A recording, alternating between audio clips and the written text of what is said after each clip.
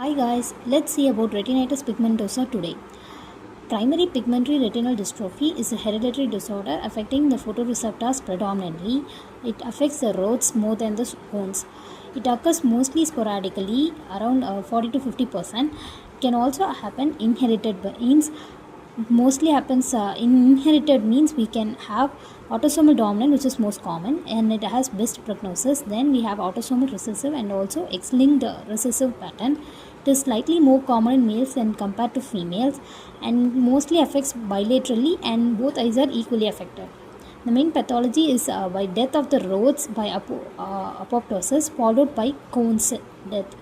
Symptoms include night blindness, which is the first earliest symptom. It occurs even before the fundus changes are seen. Delayed dark adaptation time is seen in later stages, and then tubular vision is seen, and central visual loss happens in the far end.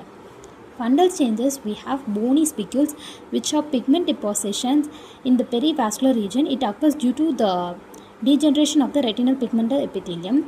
And we also have arteriolar attenuation, and waxy pale optic disc is due to gliosis of the optic disc. This is the triad of retinitis pigmentosa: bony spicules, arteriolar attenuation, and waxy pale optic disc. Thinning and atrophy of the retinal pigment epithelium is seen in the mid to the far peripheral retina. Field changes, first we have a superior scotoma which develops into a ring or donut scotoma. Then finally the patient will have tubular vision. The investigation of choice is electroretinogram.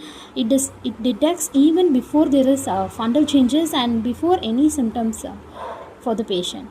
Ocular associated with retinitis pigmentosa are myopia, keratoconus, and primary open-angle glaucoma. Syndromic retinitis pigmentosa can also be seen.